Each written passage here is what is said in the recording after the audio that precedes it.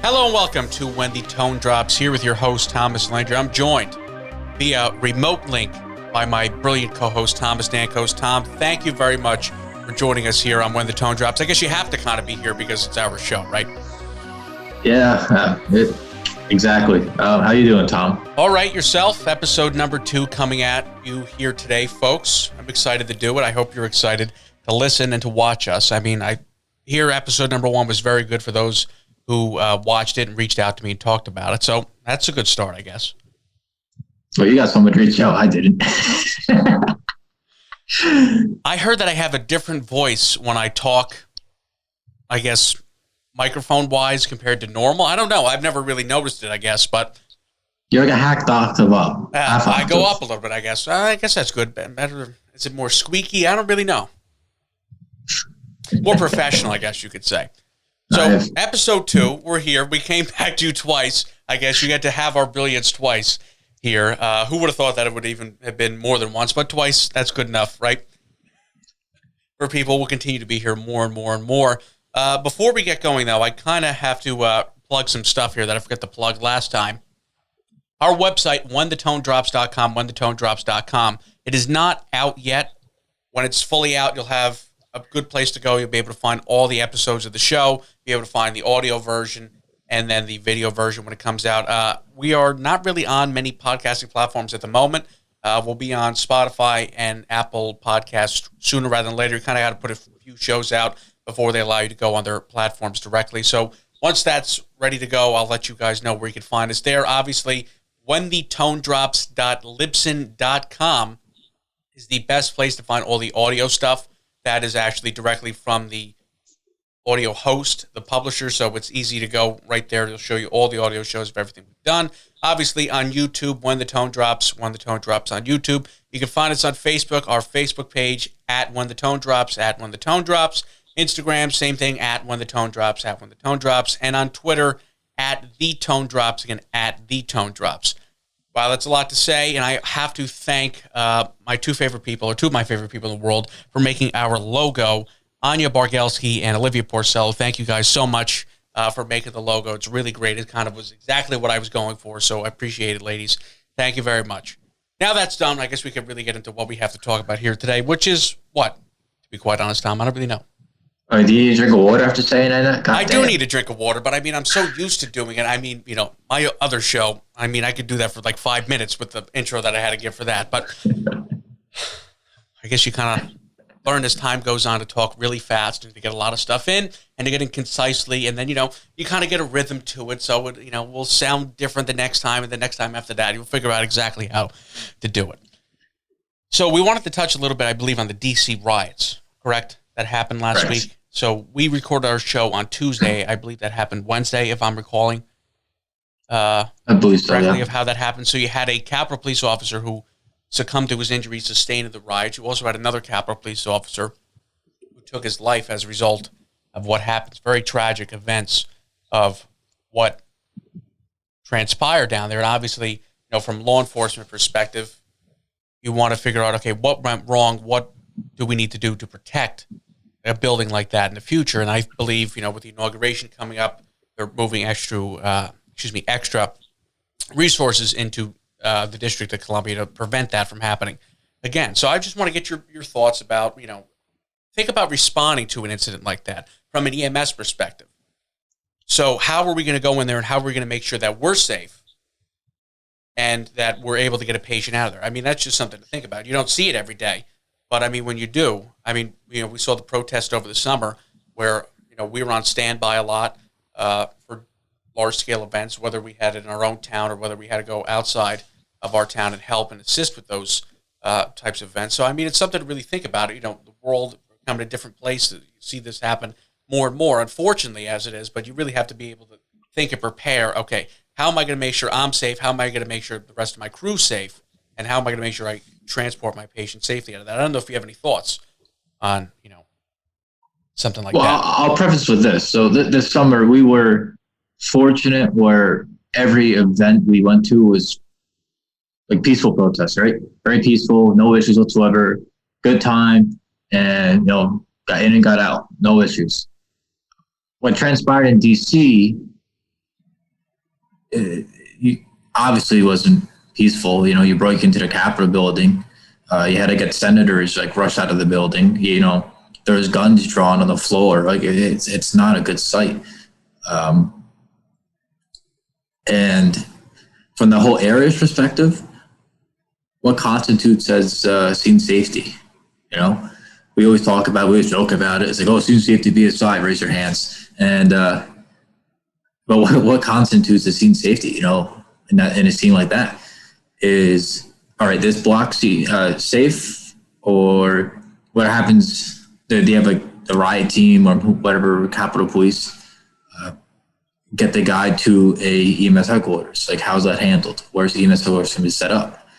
You know, well, I'm fortunate where I'm lower on the totem pole, and as a youth, Tom, that we don't have to make that decision. Or if we make it, it's only for 5 minutes, and then we have a guy come in that handles that decision for us. And that's the biggest thing in mind. It's like, how do you organize? How do you structure? Because it's a scene that is just totally going on a whim. True. And I mean, how do you know? Okay, so let's say you have a patient. How do you know the patient's unarmed, right? Are you going to be safe with the patient in the back of the ambulance as well? So you might have to take an officer with you. I mean, we're fortunate enough that if we have any really serious sort of calls, psych calls, or other sorts of calls, a police officer will come in the back of the ambulance with us. So, you know, that's going to be my thought, is that, okay, officer's going to come with us in case something happens. I mean, obviously, we have to treat to what we see. And, you know, even a large-scale incident, okay, so you had one of the rioters was shot, and obviously you had the officer who was attacked. You had another officer who was attacked, I believe. So, okay, do you have enough resources coming there, and you have, you know, the ability to treat what you can see based on your resources and be able to be safe in doing that as well? I mean, something we don't think about, obviously, you know, we train a little bit on, you know, mass shooter type incident. Those are becoming more and more frequent, as unfortunate as that is. You know, okay, so you approach that the same way as you see a large-scale riot protest type event.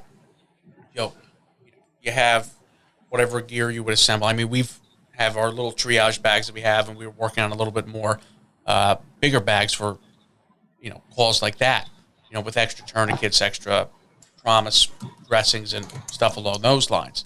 But how do you get in the frame of mindset, okay, so I need to go there, and I need to do my job, and I need to do my job safely? I mean, we're not law enforcement, right? We don't have that advanced training of tactics of, okay, so we have a threat coming from this way, how are we going to defend ourselves from that? That's not what we do, right? We go into dangerous areas, and we try to pull people out and save people and provide patient care to what we could do.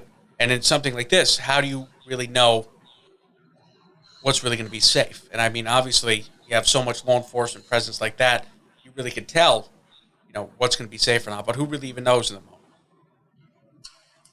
Yeah, it's exactly. It's just something that you just don't know. Any scene, you just don't know. I mean, you large scale, small scale. For example, a bunch of years ago, at a car accident, you know, simple minor injury, transferred to the hospital, but about to take the patient out of the car, and it was a off-duty sheriff with a gun holstered to the hip. It's like, okay, like, how are we going to handle the gun? Now, obviously, it was like no harm to herself, themselves or us or anybody else. It was fortunate that the person's spouse was also a sheriff and was able to take the gun and secure it in a safe location. But you just don't know. Like, any scene, any scene. And it doesn't have to be a gun, it has to be a knife. It could be, what if somebody has needles, you know, and overdose, for example, right, Tom? A lot of opiate overdoses, unfortunately. And let us say they use a needle and the needle's on the ground. Okay, like, you have to make sure that, like, you monitor that. You know, the best thing to do is move it and just, you know, limit the exposure to it. I know we have sharps containers, so if comfy, you put in a sharps container and just remove the hazard altogether. But it's, you just don't know. On different scenes, you just get completely different things. So it's how to prepare for the unexpected. Which is most of the time. I mean, you have your normal bread and butter calls that you see day in and day out, but those bread and butter calls could turn into something that you don't really expect. You know, you have a family member on scene a little upset about what's going on, gets in your face. Who really know, what could transpire out of that? I mean, we were on a scene today. We had, a whole bunch of people staring at us. I mean, we were doing what we were trying to do, but, I mean, was it really necessary to everybody look at what we were doing? I mean, try to protect people from actually accessing what we were doing. But, I mean, it's hard, especially in the day of social media. Everybody's taking videos of you. You have to be cognizant of that. You have to be professional at all times, which you should have been regardless. But you have to be mindful of that. What you're doing may be recorded, right? Police officers now wearing body cameras all the time. So you got to be mindful of that, which you always should have been mindful of that. I'm not saying that you should just disregard everything to begin with, but be mindful, say things in a professional manner. You have somebody who, is giving you a hard time. Obviously, you have law enforcement. You can ask to make the judgment on what to do with somebody in that case. But your safety's first, right? Your safety, your crew safety's first. And then you move into, okay, is the patient or the patient's going to be safe? We're going to be able to move the patient out in a safe manner. And you go from there. Hopefully, you get out unscathed and work. And hopefully, you never have to deal with that incident. I mean, that's, the dream is not to have to deal with any incident like that. Hopefully, we never have to see that again. That's my hope and prayers. But you don't really know in an age like today. I mean, anything could possibly happen. The simplest thing could set anything. Exactly. I mean, and then kind of segue back into what happened in DC. So you take what happened to one call, and then you take it, or what happened previously, and you learn from it and move forward. So in DC's perspective, now I hear for the inauguration, they have almost, I was reading a couple of headlines, and they pretty much have more troops in DC for the inauguration than they do in the Middle East. I mean, a couple of thoughts come to mind is, okay, like at least the inauguration is going to be safe, but more internally as an American, what does that say for our people? We have and not to be political, not going to be political here. I mean, but it's worrisome that you should be celebrating that we live in a free society, that we're allowed to vote for our representatives, and the fact that we need to have more troops stationed at our own president's inauguration than in war-torn countries. It says a lot. It does. I mean, scary to think that that's even something we're having to deal with. But it is. Okay, how are you going to respond to that from a perspective of, if you're going to have to be there, you're going to have to deal with it. I mean, not everybody's going to have to deal with a large-scale riot like happened in D.C., but you don't really know day to day. Something might happen in your town over whatever, and you got to be able to protect yourself. Keep your crew protected. Exactly. Yeah, I mean, there's not much more to say on the subject. I don't know if you have anything else, Tom, but it's... No, I mean, that's comes to mind. Safety, safety, safety. Your safety, your crew safety, the patient safety. Exactly. I mean, it's horrible what happened in D.C. Hopefully we learn from it and move forward. That's all we can do at this time. So, agreed. So, kind of jump... Go ahead. No, I was going to say, kind of jumping ahead. If people can't tell from the first episode, I am a completely different part of the state. Unfortunately negative. I had a family member test positive, so I have been 2 towns over, still responding, doing my ENT duties. Fortunately, I work from home, so I can move. And unfortunately, I have a family friend that was able to have a spare bedroom so I can stay in. Because I am 12 days from receiving the second dose of the vaccine. So the last thing I want to do is test positive and screw everything up. So. Yeah, mine's coming up too. I don't even, unless probably like 10 days at this point. Maybe from being my second dose. So. You're 2 days before me, I think. Yeah, so I'm 10 days. I'm not looking forward to it again. I like the fact that I have full mobility in my arm right now, but I guess for a day or two is not too bad not to be able to move my arm. Yeah, I mean, day or two, everyone gets vaccinated, then and then up here is finally get back to normal, opening the state, the economy, worldwide, really. I mean, who would have even thought that in a year, less than a year, we would have had a vaccine for this virus? I mean, normally it takes 5+ years to do something like that. I mean, that was record time, record stuff. I don't think we could really thank enough people for doing that. And, we got to start moving forward, obviously. We dealt with it firsthand. We saw what happened day in and day out, during the height in March and April, and the beginning of May. I mean, who knows, how many calls you would take, and that was the weirdest part of it and the most surreal part of it, because you would have, I would say, probably 1 out of every 30 to 50 calls. You would transport somebody to the hospital, and you knew that they weren't going to make it. And you knew that, other than a CPR, they had something else wrong with them, and you just knew it wasn't going to look good for them.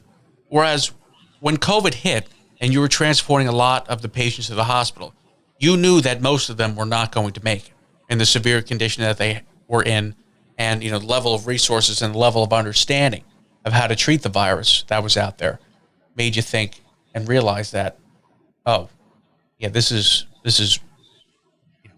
we're taking them to the hospital, and ultimately the hospital is not going to be able to save them.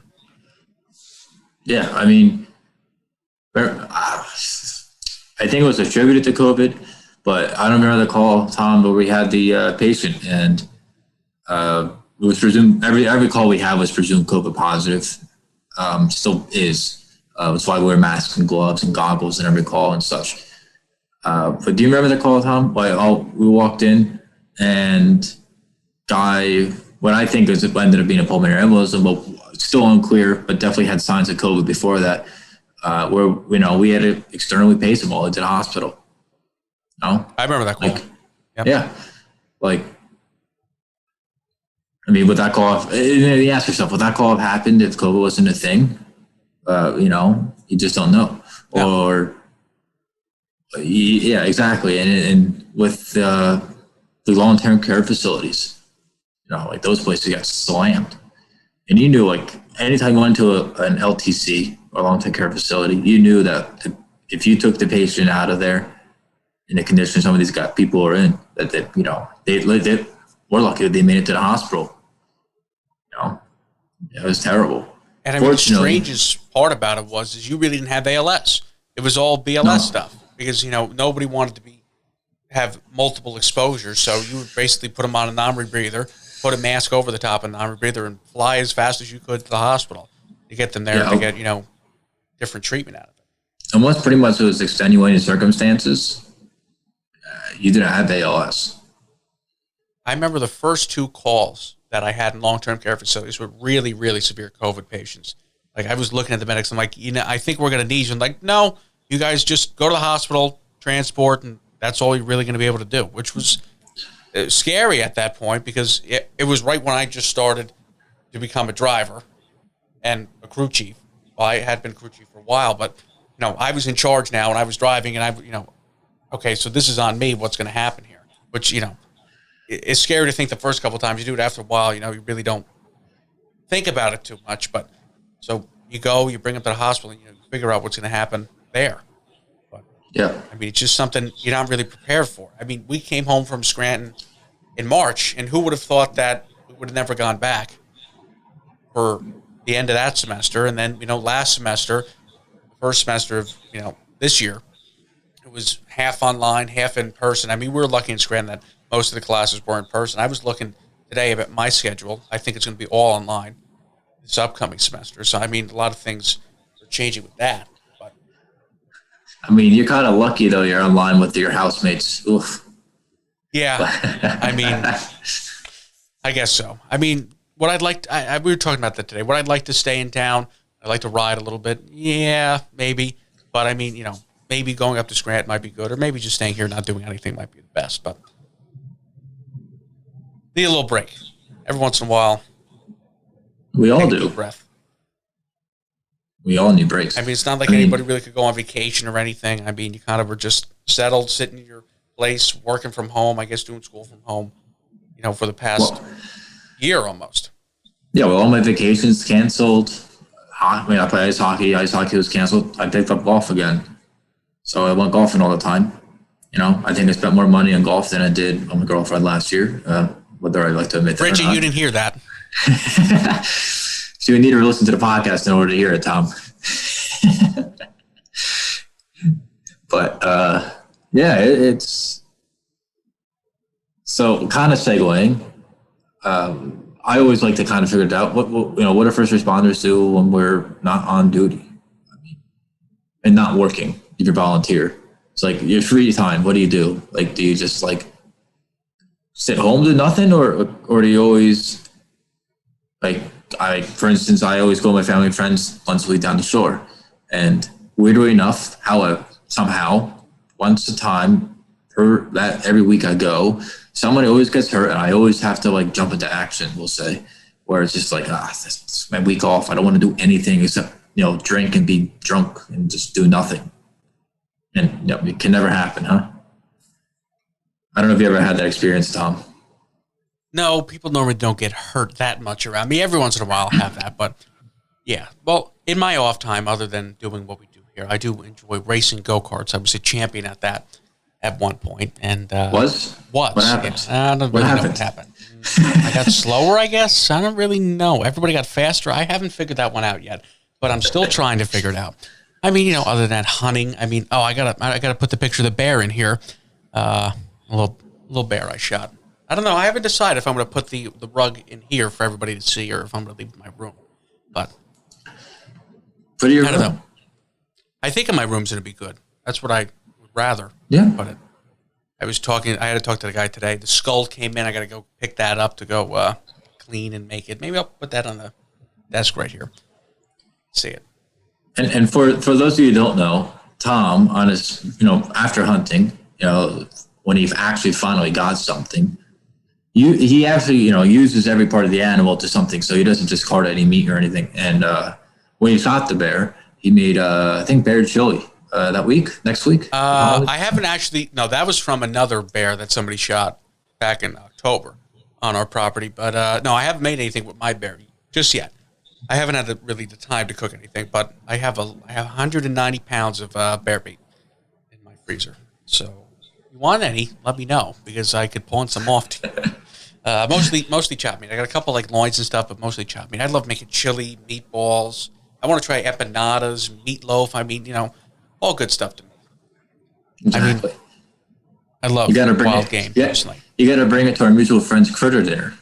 I know. He didn't have it this year. I'm a little upset about that. Did he finally get the wine stain out of his carpet? I don't know. I mean, he was really, really, really gone the last 2 years. I mean, he was so bad that after the 1 year, one of our other friends got him a sippy cup with a lid on it so that he didn't spill it all over the place. I mean, it was just funny to watch. But we love him anyway. That's what happens when you drink homemade wine and eat a lot of venison, bear, whatever. I think we had antelope 1 year. I have some antelope, actually, that I have to cook. You really? Yeah. I think it's antelope. I think it's antelope. I got it. It was good. I had it. I had like antelope small meatballs or something. I don't remember what it was. It was good. I got a whole big bunch of antelope, though, to cook. Supposedly now they have an online website where you could order all sorts of wild game. I didn't know that. And there's another one of our mutual friends goes to a restaurant. He showed me the menu. I have to text you to Tom. It's a place, I think, once a month or once a weekend, something like that. They'll do a wild game night. So there's boar, kangaroo, crocodile, exotic game, not your little mahi-mahi or farm-raised salmon or something. It's wild game. And I don't know, I always wanted to go. So I think we have an outing upcoming. Yeah, we might have to take a trip. And yeah, then maybe you see somebody after you get hurt or have to do the Heimlich or something on somebody, because this just always happens. My first CPR ever, actually, speaking of, I just got my blood drawn. I was going to get dinner with my mom and my sister. Old lady croaks across the restaurant. I don't know.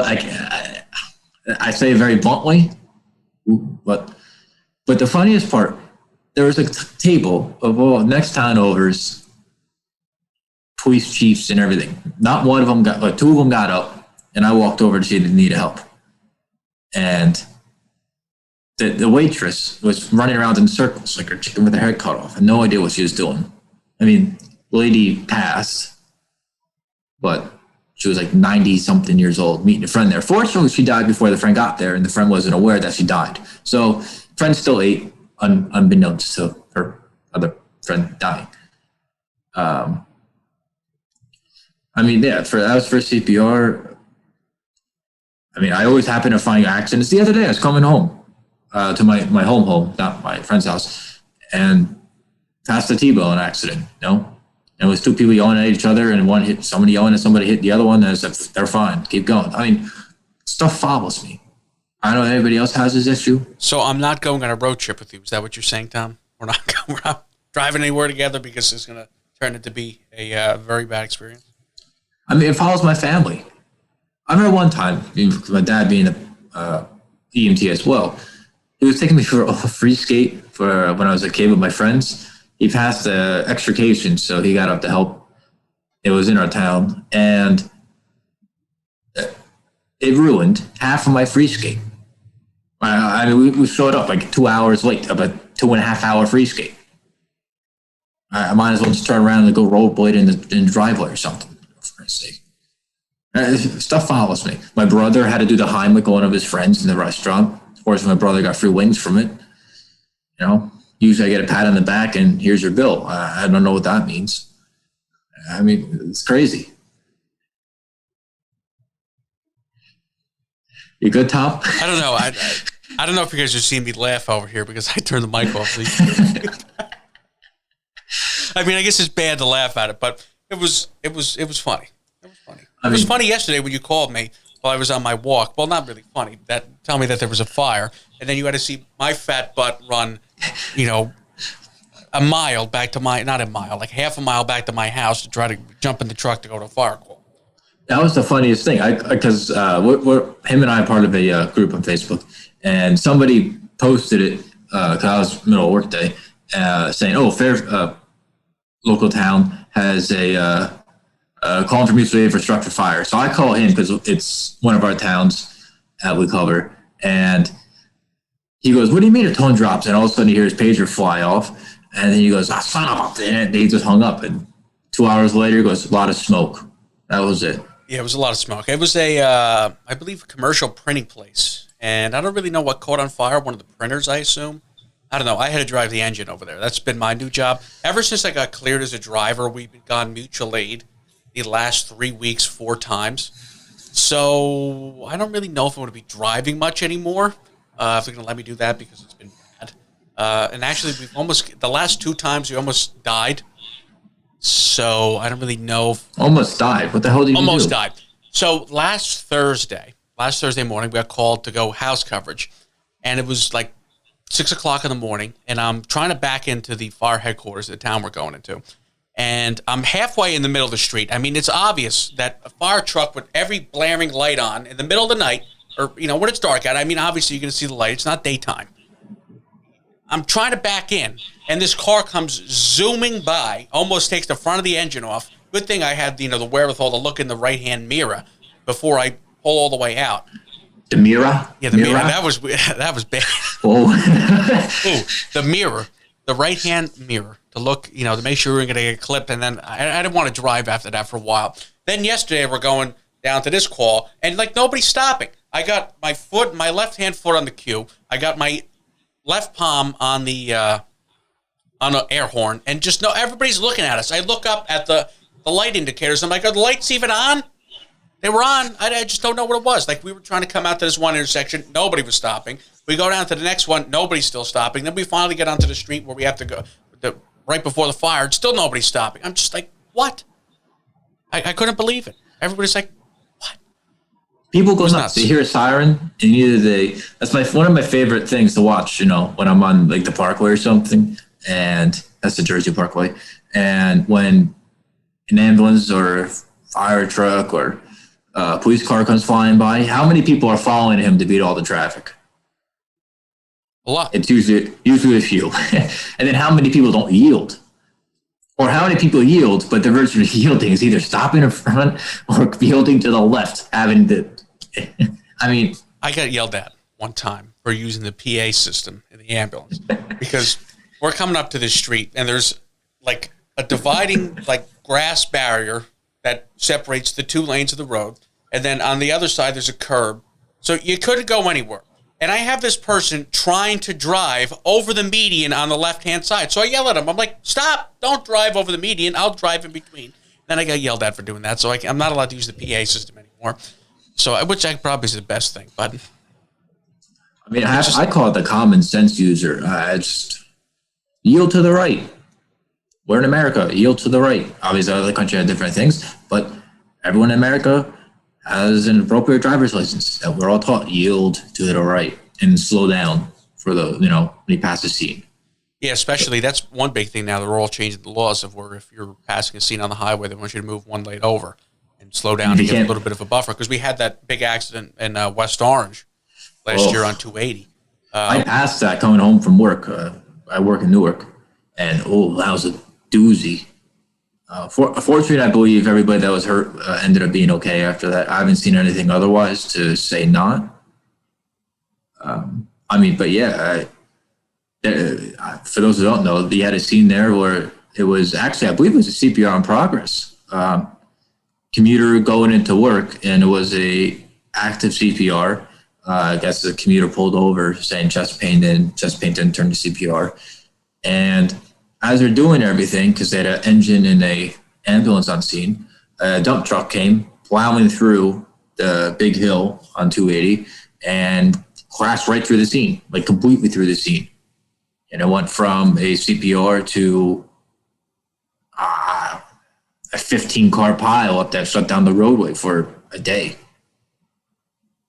That was something to see. And I mean, after that, you had a lot of, recall, positioning of apparatus. Obviously, you want to have a piece of apparatus back far enough to beat the blocker on scene. I mean, that's what we do with our rescue truck most of the time when we're going up on the highway. It really acts as a blocker. $500,000 truck stopper? Yep, $500,000 truck stopper. I was actually having a conversation about everything the other day on the truck, but save it for another time.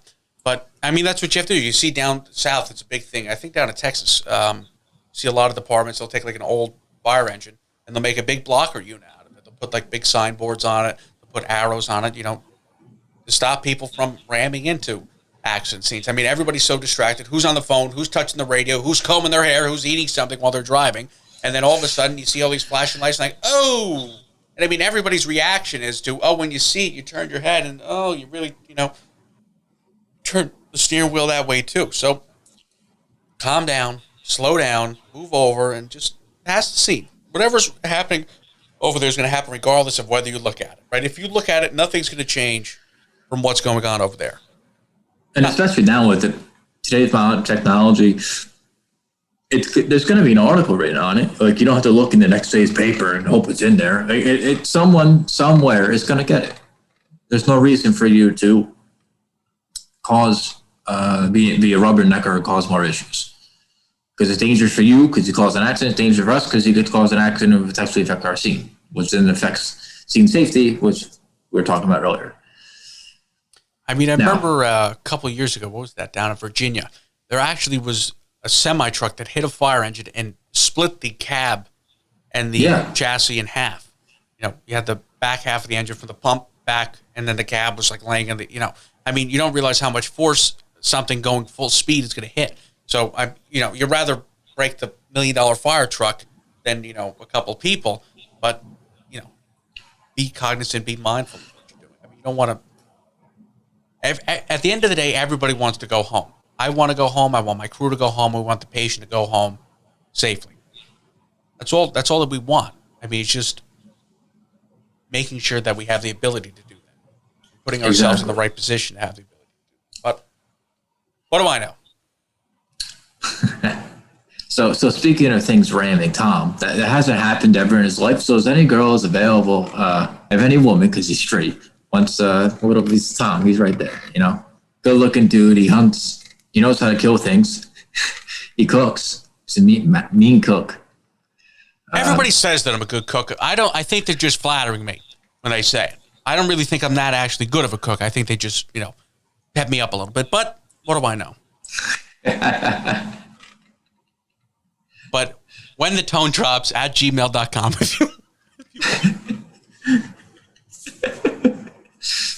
Boy, Tom. Oh, boy. We're going to use this.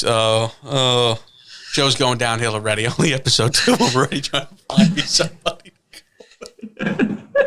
I love you too much, buddy. I'm not going to erase that. I'll have to keep, it'll remain in the show because it's funny. You have to joke about stuff. You have to have humor. With what we do, we have a really, really dark sense of humor. And I mean, somehow you have to get through the day. I mean, you see a lot of messed up stuff.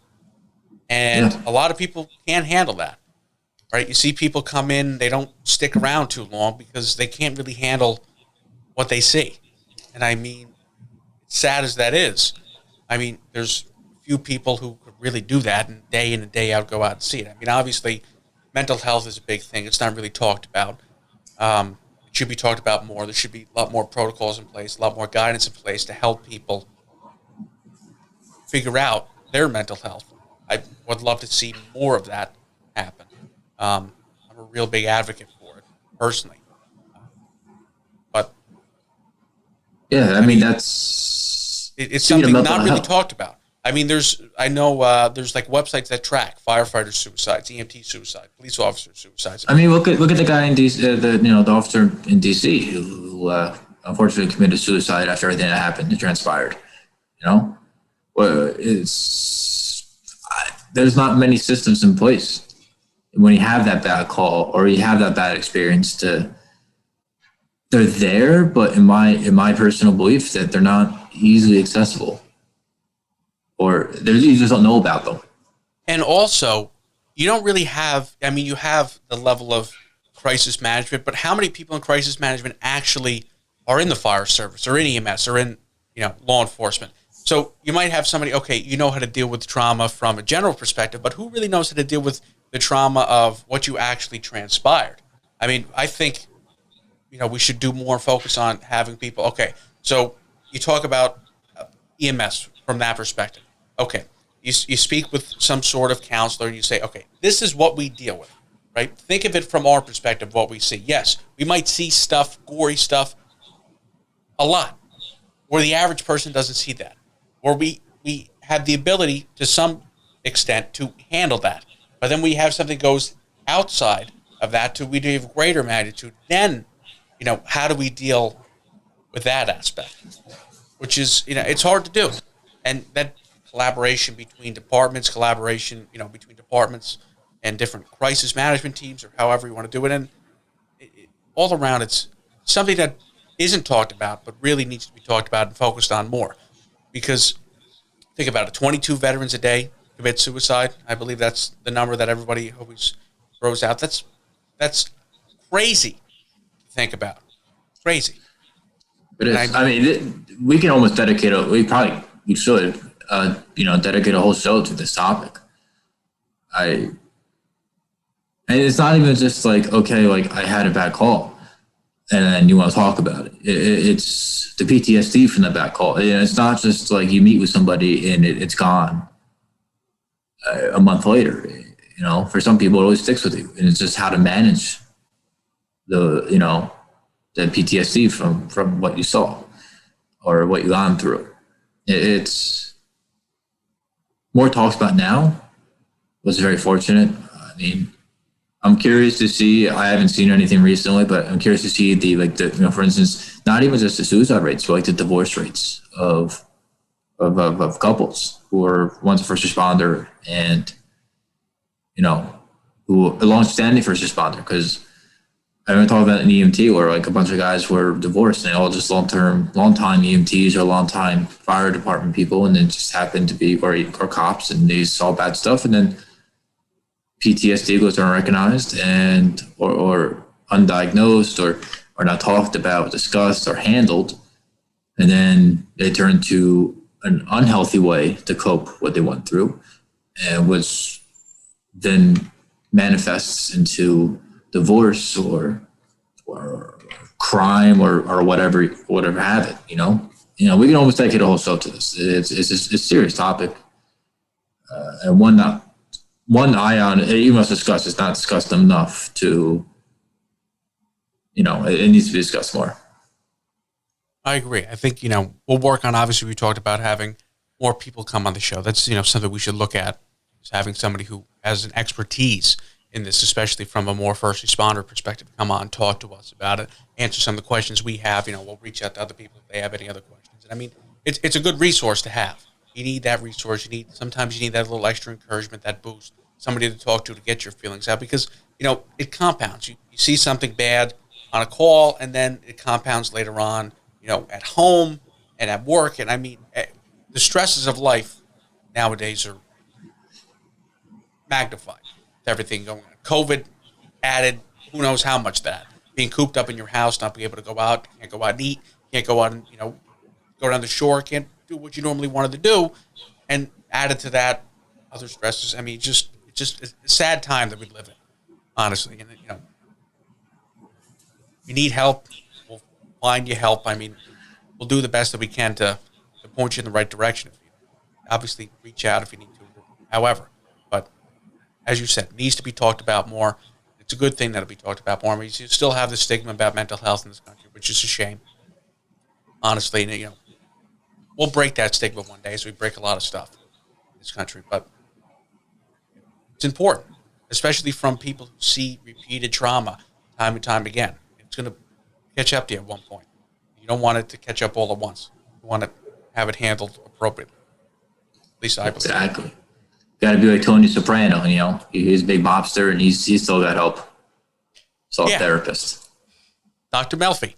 I actually started watching The Sopranos again. It was the 22nd anniversary of the show. That's what kicks me onto it too. It also just so happens The Sopranos. I'm a big Irish boy. I'm not Italian at all. But The Sopranos was. A lot of the places where it was filmed happened to coincide with Tom and I's local neighborhood. So it's a show that's tied deeply into the roots. And according to some locals, it's stuff that happened on the show actually happened in our towns. And, there's some truth to it.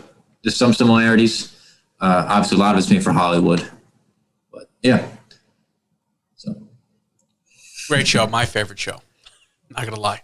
In my old studio, I used to have the picture of all the gangsters from, Goodfellas, Bronx Tale maybe, or no, I think Carlitos. No, Scarface. They had Pacino and Scarface, and then they had obviously Goodfellas. They had the Godfather guys. Then they had the Sopranos on there. I love that poster. Maybe I don't know. It doesn't really fit the theme in here, but I don't know. I could watch that for hours. Show. I mean, interestingly enough, the one seat, what gets me is that they don't get the streets right where they come out. It doesn't make any sense to me, but I guess that's from driving around with a fire truck, figuring out what's going on. So, and another fun fact, the house that was Tony Soprano's, was obviously our Tom and I's local neighbor, the Unabomber bombed the house across the street. Yes. That's it. Imagine, two on the same street. We live small town New Jersey, right? And we have national things come randomly through, which I don't get at all. But it's just weird. It's just a coincidence. And we had a president born in our town. I mean, we have one of the Supreme Court justices. Such a small area, we produce a lot of things. Sometimes they end up being monsters, yes. I don't know what you're talking about there, Tom. All right. I think we could wrap it up now, Tom. I think we're good. Now that the FBI is going to come and probe the show. So, yes. Well, that was good. Thanks for joining us here today, Tom. Much appreciated, as always. I really enjoyed doing the show. I mean, it's good. You've seen some of our humor come back and forth between the two of us now, and as we grow and more experience how to do this show, you'll see it come out even more. And you might not like it because, again, as I said, the two of us should not be in the same room together ever. It's bad. It's bad for the two of us to be in the same room together. Thanks, Tom. Love you. Be good, all right, buddy? All right, love you too, man. Have a good night. Good night. All right, folks, that's it here for episode number 2 of When the Tone Drops. Thanks for joining us. As always, stay safe. Be good.